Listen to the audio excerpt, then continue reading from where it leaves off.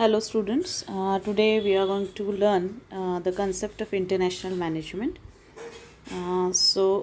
Let us see what is the purpose of international business, or we can say that why there is need of international business. So with the help of 3 points we have explained the concept.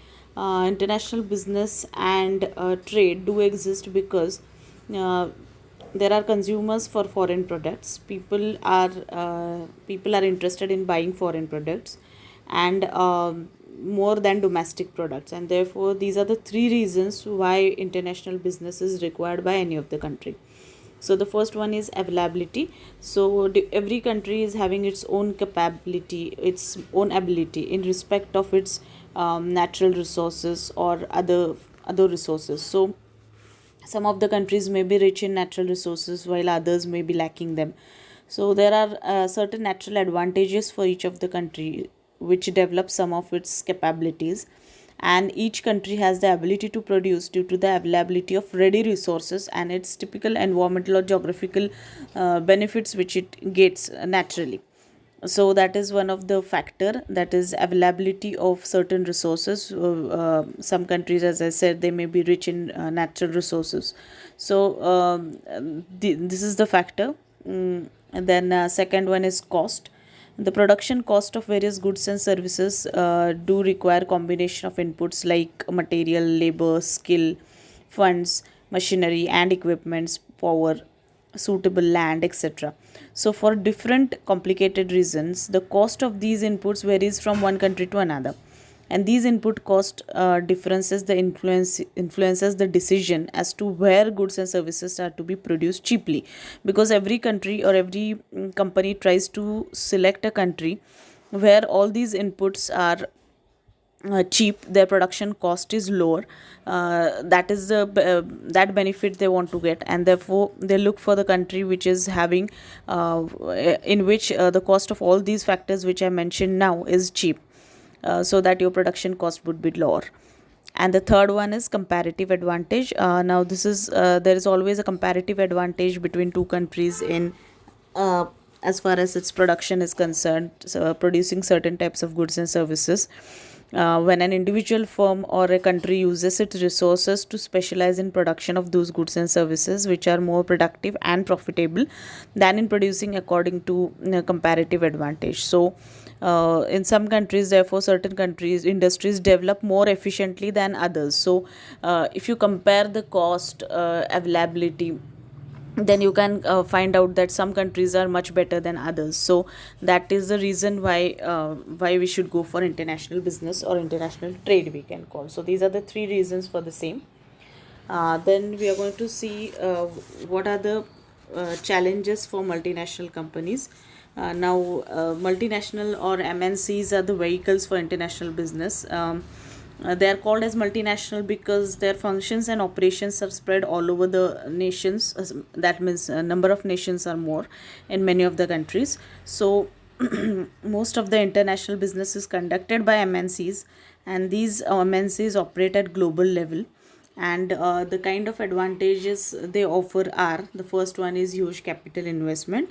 MNCs make huge capital investment in major economic activities, and this speeds up the process of economic development of the nation.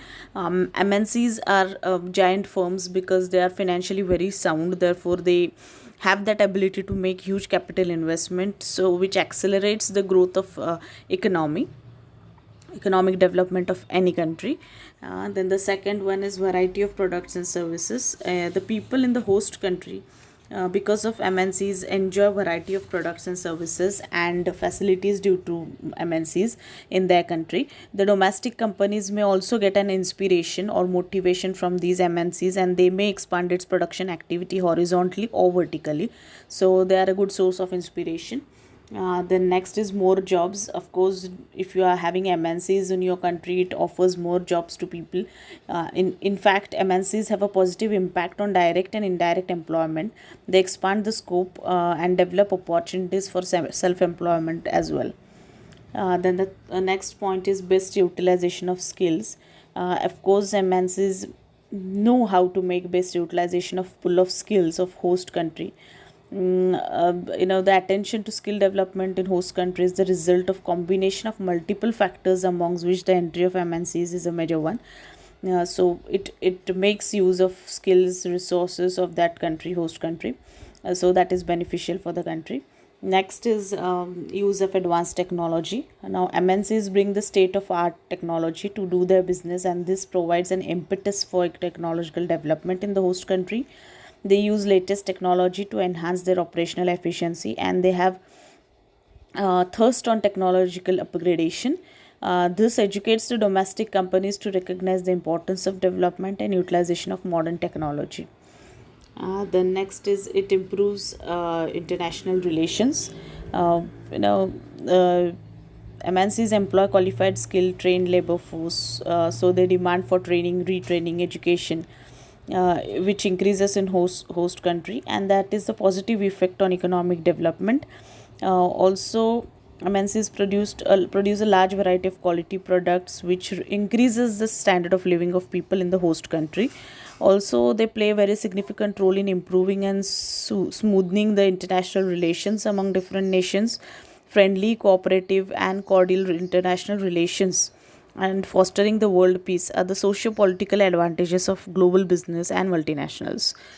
So they improve the relations, they maintain the relation, and they make full utilization of resources, maximum utilization of resources, and also they expand the market globally, and they strengthen the domestic competition and also the effectiveness, and expand the markets globally. So these are the advantages. uh, in case of challenges also, we can say that um, domestic companies lose their business because of multinational, and there is outflow of because of MNCs, there is outflow of money and capital. So challenges are few as compared to advantages, so it's better to focus on advantages. Then we are going to see what is global company and transnational company. Global company is a company which produces in a single country and sell these products globally, or produces the products globally and focuses on selling these products domestically. Okay, and a transnational company is a company which produces, markets, invests, and operates all across the world. It links the global resources with global market. Okay, so this is the difference between global and transnational company. Now we are going to focus our attention on import export process.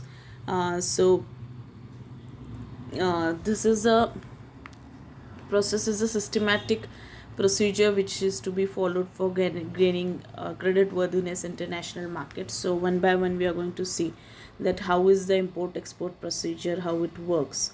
Like as the first one is product selection. In case of import we are talking about, so we have to select a right product for gaining maximum profit from in a most appropriate way. Then you should consider the future demand. You should undergo the research. Market survey has to be undertaken for finalizing the product for import business. Then second is identification of supplier country. So once you decide which product you are going to import, then it is necessary to undergo the research from which that particular countries that export that particular product. You'll have to find out that country which exports the product which is required by you. Then a very you have to compare the rates of the countries, the benefits, the quality which you are getting, and you have to select the best exporter country that can help you to give maximum advantage for the trade. That is the second step. Then next is selection of best supplier. As an importer, you can ask for sample from various exporters from various countries to help you to verify and finalize your decision as to which supplier you are going to finally select. The quality, the rate demanded, you can compare it very well, and this is very important procedure for importer cycle. And next is payment terms and negotiation. So this is an important process which involves final deal between the buyer and the supplier. As an importer, you have the right to ask for negotiable price on the said product and quality. You have to also discuss the import duties on the particular product, and agreement, the agreement which you are going to enter into, where both the parties share equal risk. So that you will have to decide. So payment terms and negotiation has to be finalized at this stage. Then next one is issuing purchase order as per the deal. The importer has to send the purchase or PO, which is called as, to the exporter by providing complete details of the goods to be imported with detailed description mentioning the quality, quantity, rate discussed, and the product quality type. Everything has to be mentioned there. Okay, then next is hiring CHA. The role of CHA is important in export import process. The importer has to pay import duty for goods clearance. A custom house agent, CHA stands for custom house agent. Okay, so you'll have to hire a CHA who will help the importer to receive the goods at the port with legal custom clearance process. Okay, so that we will have to you'll have to approach that person, and later the importer will get those goods delivered at the warehouse by the CHA. Okay, so custom house agent is required for that. Next is product distribution. The last process is for the importer is to distribute the product to the said retailers or distributors where he has already imitated a deal of agreement for the sale of imported products. So here the import process is over. Now we're going to study the export process. So in export process, the first one is receipt of an inquiry from the buyer. So the exporter receives an inquiry from buyer for purchase of particular product of his brand, then you have to check with the creditworthiness of that buyer by contacting the genuine buyers. You need to find out, so that there are no complications in future. Next is sending quotation to importer. As an exporter, you have to send the price of the demanded goods to the importer. The importers also ask for free sample to check the quality, so the exporter also has to send a free sample for the verification of the quality. Next is product approval and PO. Once the importer approves the quality of the sample, you will get a PO describing the complete order details.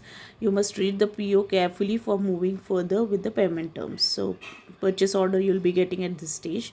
Next is payment terms and negotiation. This is an important process which involves final deal between buyer and supplier. Again, you will have to as per the demand of the importer, you can decide upon the fair price of the product that is exported, deciding upon the terms which will help you to reduce the miscommunication, and it will end up with successful import export procedure. And last one is hire CHA for container booking. So an exporter will require again a clearing CHA for export clearance of goods from domestic port destination. The exporter has to pay the freight charges to CHA for container booking. The CHA will send the empty containers to exporter's warehouse. The CHA will further generate a shipping bill with successful custom clearance process, and this entire procedure will help your goods to receive the port of loading for dispatching the goods to the importer's country. The exporter will receive a bill of lading document for getting incentives or any other privilege from the government, and you also have to send one copy of bill of lading to importer along with the set of other documents. So this is where the export process ends. So here both the import and export process are over. So with this we'll end with today's lecture. Thank you.